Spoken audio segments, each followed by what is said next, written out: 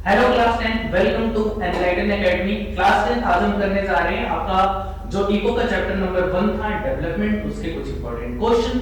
Start करते हैं sketch का क्वेश्चन।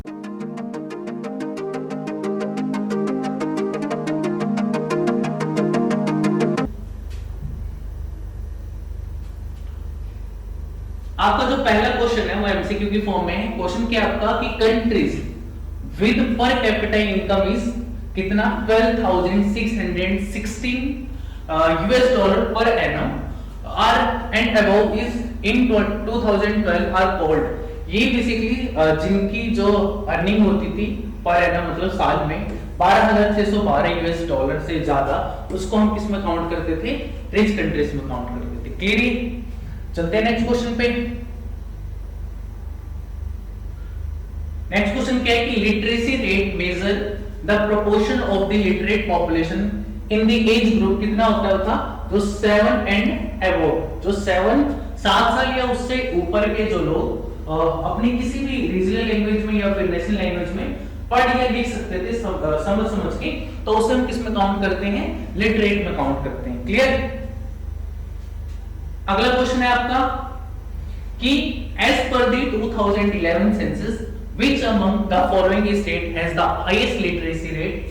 तो उनमें सबसे हाईएस्ट में कौन था? ऑब्वियस सी बात है केरला। ठीक है, 96 पॉइंट समथिंग जो था वहां का लिटरेसी रेट था। नेक्स्ट क्वेश्चन आपका क्या है कि द बॉडी मास इंडेक्स यानी BMI then the adult person would be considered undernourished, वो किसमें होता था? जब उसकी वैल्यू यानी आप जब बीएमआई निकालेंगे तो उसकी वैल्यू अगर 18.5 से कम है तो वो अंडर नरिश्ड में आएगा। इसमें कुछ स्केल होता है, जैसे 18.5 से लेकर 24.5 तक के बीच में होगा तो वो बिल्कुल नॉर्मल होगा, फिट होगा पर्सन। इससे कम होगा तो अंडर नरिश होगा, इसके बाद होगा तो ओवरवेट होगा, और इसके बाद भी कब? 13.5 तक। अगर 13.5 से ज्यादा वैल्यू आती है तो फिर वो बहुत ज्यादा मोटापे का शिकार हो जाएगा। ठीक है, तो उसे हम क्या बोलते हैं? ओबीज। ठीक है, क्लियर? चलते हैं नेक्स्ट क्वेश्चन पे। नेक्स्ट आपका क्या है? Among the following south Asian countries had the highest life expectancy at birth, कहां पर था सबसे ज्यादा? तो आपका इसमें आएगा श्रीलंका। इंडिया का कंडीशन पहले खराब थी, बुरा नहीं मानना है। ठीक है, श्रीलंका आगे निकल गया है। अब क्या है question? What is the significance of human development index? ठीक है, देखते हैं भाई ह्यूमन डेवलपमेंट इंडेक्स की सिग्निफिकेंस क्या है।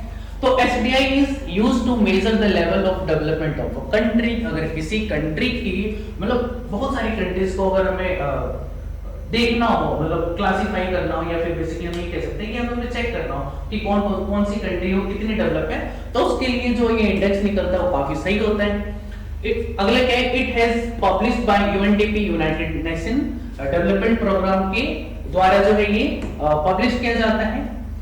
According to it country has been rank, मतलब इसके अकॉर्डिंग जो है वो कंट्री को रैंक करते हैं कि भाई टॉप पे कौन है, मतलब जिसकी ह्यूमन डेवलपमेंट इंडेक्स में अच्छी रैंकिंग होती है उसको टॉप पे रखा जाता है, उसके बाद उसको डाउन किया जाता है। It is a comprehensive approach which cover all the major aspect.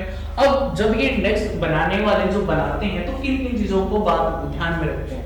तो उसमें आपका क्या होता है? इनकम होता है, एजुकेशन हो गया, हेल्थ हो गया, लाइफ एक्सपेक्टेंसी हो गई। ठीक है, यह सारी चीजें जो है हम कंसीडर करके रखते हैं और इसके अकॉर्डिंग जो हो रैंकिंग दी जाती है। ठीक है, तो बेसिकली ये डेवलपमेंट को मेजर करने के लिए होता है। अगला क्वेश्चन क्या है आपका कि mention any 4 characteristics of development. देखते हैं कौन कौन से 4 हैं। तो different people have different differential work. Obvious सी बात है कि हर पर्सन के लिए डेवलपमेंट की डेफिनेशन अलग नहीं होती, मतलब अलग होती है बेसिकली। ठीक है, हर किसी के लिए डेवलपमेंट की जो डेफिनेशन है वो सेम नहीं होती, डिफरेंशिएट करती है पीपल टू पीपल, क्योंकि हर पर्सन की कंडीशन अलग होती है तो उसका गोल अलग होता है। ठीक है, और ये भी हो सकता है कि अगर एक पर्सन के लिए वो डेवलपमेंट है तो दूसरे पर्सन के लिए वो क्या हो जाएगा? डिस्ट्रक्टिव हो सकता है। जैसे डैम वाला एग्जांपल बहुत बढ़िया होता है कि अगर कहीं पे डैम कंस्ट्रक्ट हो रहा है तो हो सकता है कि वो जो नीचे फार्मर्स रहते हैं ग्राउंड इलाके में, तो उन फार्मर की इरिगेशन के लिए बहुत हेल्प करेगा, इलेक्ट्रिसिटी के प्रोडक्शन के लिए बहुत हेल्प करेगा। लेकिन आप ये सोचो कि वहाँ की जो बायोडाइवर्सिटी है उसका क्या होगा, वहाँ पे जो ट्राइब्स रहते होंगे, आसपास लोग रहते होंगे, उनको क्या, उनको तो डिस्प्लेस किया जाएगा ना दूसरी जगह पे, ठीक है। तो जरूरी नहीं है कि एक चीज मतलब एक पर्सन के लिए डेवलपमेंट है तो दूसरे के लिए भी वो होगा ही, ठीक है। Income is the most important component of development, मतलब सही चीज है इसमें कि अगर किसी पर्सन की इनकम ज्यादा है तो उसे ज्यादा डेवलप माना जाएगा, अगर किसी की कम है तो वो आपकी पुअर में काउंट होगा, ठीक है। अच्छा, इनकम के अलावा भी बहुत सारी चीजें होती है, जैसे इक्वल ट्रीटमेंट, गुड हेल्थ हो गया, आपका पीस हो गया, लिटरेसी हो गई, ये सारी चीजें भी हम काउंट करते हैं। आगे क्या है, हाँ, तो बेसिकली ये सारी चीजें होती है, हमें इनकम भी अच्छी करनी होती है, उसके अलावा जो मैंने आपको बताया कि इक्वल ट्रीटमेंट हो गया, हेल्थ, एजुकेशन, पीस, सारी चीजें भी जरूरत होती है, ठीक है। अगला क्वेश्चन क्या है, आपको बताना है कि पीडीएस क्या होता है, पब्लिक डिस्ट्रीब्यूशन सिस्टम क्या होता है। बेसिकली ये गवर्नमेंट की पॉलिसी होती है जिसके थ्रू जो गवर्नमेंट है वो जो गरीब फैमिली होती है उनको फ्री में जो है फूड वगैरह सप्लाई करती है या फिर ना के बराबर पैसे लेती है। तो वही है कि it is the food security programme under which government provide food grain and other essential items to the poor at the affordable price, और अभी तो फिलहाल फ्री में भी चल रहा है, ठीक है।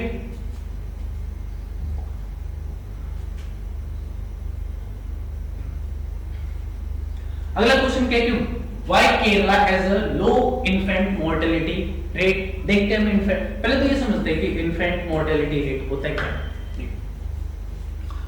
होता है क्या कि 1000 न्यूबॉर्न बेबीज में से कितने 1000 न्यूबॉर्न बेबीज में से कितने बच्चों की जो डेथ है वो 1 साल के अंदर ही हो जा रही है। तो जितने बच्चों की डेथ 1 साल के अंदर हो जा रही है उसी नंबर को हम क्या बोलते हैं, इन्फेंट मोर्टेलिटी रेट, ठीक है। जिसमें केरला की जो रैंकिंग है वो सबसे कम है, मतलब यहाँ पर बच्चों को 1 साल के अंदर जो डेथ होने वाला नंबर है वो सबसे कम है, ठीक है। और ये बहुत अच्छी चीज है। It has very high literacy. अब क्यों है ये आपको ये बताना है, क्योंकि यहाँ की लिटरेसी रेट बहुत ज्यादा हाई है, तो लोगों को पता है कि बच्चों के लिए क्या करना चाहिए, क्या नहीं करना चाहिए, कौन सा टीका लगवाना चाहिए, जो वैक्सीन वगैरह होती है वो सारी चीजें इन्हें पता होती है, ठीक है। तो अच्छे से केयर रख पाते हैं। दूसरी चीज कि अगर लिटरेट पीपल होंगे तो ऑब्वियस सी बात है उनकी अर्निंग भी ज्यादा होगी, क्योंकि पढ़े लिखे होंगे, स्किल्स वगैरह होगी, तो उससे वो ज्यादा उनकी जो सैलरी वो इनहेंस होती है, ठीक है। तो जो बेसिक नीड है वो बच्चों के लिए वो पूरी तरीके से फुलफिल कर पाते हैं, तो एक रीजन है।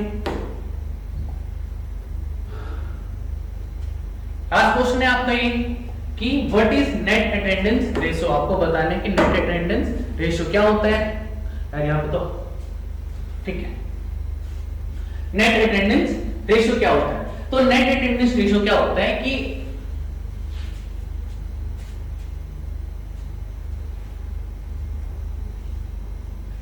यहां पे एज ग्रुप मेरे ख्याल से 14 आएगा, 14 कर लेना इसे, कि 14 साल के, अब नेट अटेंडेंस रेशियो क्या होता है कि 14 साल के मतलब 14 साल के वो बच्चे जो स्कूल में जा रहे हैं अपॉन में उस एज ग्रुप के सारे बच्चे जो स्कूल जा रहे हैं, जो नहीं जा रहे, इन दोनों का रेशियो निकालेंगे तो क्या आएगा आपको, वो नेट अटेंडेंस रेशियो आएगा। क्लियर है सारी चीजें, ये क्वेश्चन सारे कर लेना, आप एग्जाम में पूछे जाते हैं।